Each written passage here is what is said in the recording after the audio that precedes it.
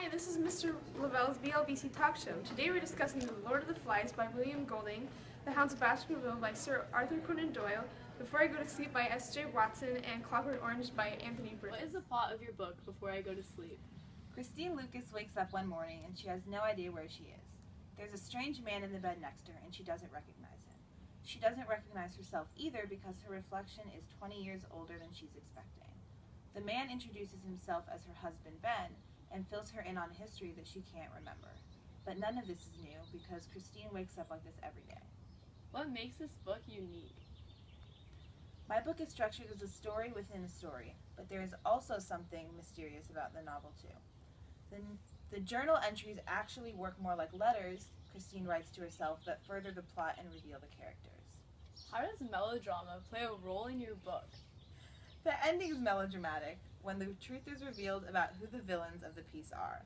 But this is forgivable for such a thrilling story, and while you must guess some of the twists, I'd be surprised and impressed if you would guess where it's going until the last few pages.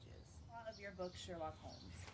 Set in England's West Country and tells the story of an attempted murder inspired by the legend of diabolical hound of supernatural origin. Sherlock Holmes and his companion, Dr. Watson, investigate the case. What are the themes in your book? One of the novel's primary themes is the conflict between rationalism and superstition. Objects play a significant role since Holmes uses them to deduce truths not immediately observable to others. For example, Watson and Holmes each work to interpret Dr. Mortimer's walking stick. What Holmes illustrates is that every object has a history which can be used to construct a story of its life. Humans always leave traces behind. One must simply know how to read those traces. What is one motif used in your book?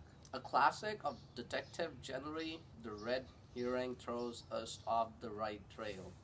In Hound, the largest red herring is the convict. After all, who better to pin a murder on than a convicted murderer? How does weakness play a role in your book, Sherlock Holmes? Conan Doyle writes over and over again about declining family fortunes, personal reputation, and social status as a result of moral weakness. What is the plot of the book you wrote, Lord of the Flies? Well, a group of British boys stuck on an uninhabited island who try to govern themselves with disastrous results. Human nature versus common good is the main conflict. What symbols are used throughout the book? Beelzebub speaks to Simon about what is really occurring on the island. He tells Simon, "You knew, didn't you? I'm the reason it's no-go, why things are what they are." What he means is that the Lord of the Flies is responsible for the boys' savagery. He brings out the evil in them, the hate and the anger. He makes them change.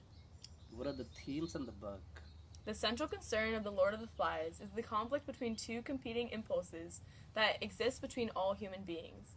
The instinct to live by rules, act peacefully, follow moral commands, and value the good of the group against the instinct to gratify one's immediate desires. Act violently to obtain supremacy over others and enforce one's will. How does chaos play a role in your book, The Lord of the Flies? Enthusiasm, carelessness, and power struggle lead to chaos. Ralph and Jack both fight for the king position on the island, creating a monarchy amongst the young boys. You can stop there. What is the setting of your book, A Clockwork Orange? A Clockwork Orange takes place in a milk bar of a futuristic city governed by a repressive totalitarian superstate. Ordinary citizens have fallen into a passive stupor of complacency, blind to the insidious growth of rampant, violent youth culture. What are the themes of your book? It employs disturbing, violent images to comment on psychiatry, juvenile delinquency, youth gangs, and other social, political, and economic subjects in a dystopian future Britain. How does chaos play a role in your book? It dissects the nature of violence in this darkly ironic near-future satire. There is chaos present in both Alex's mind and the world around him.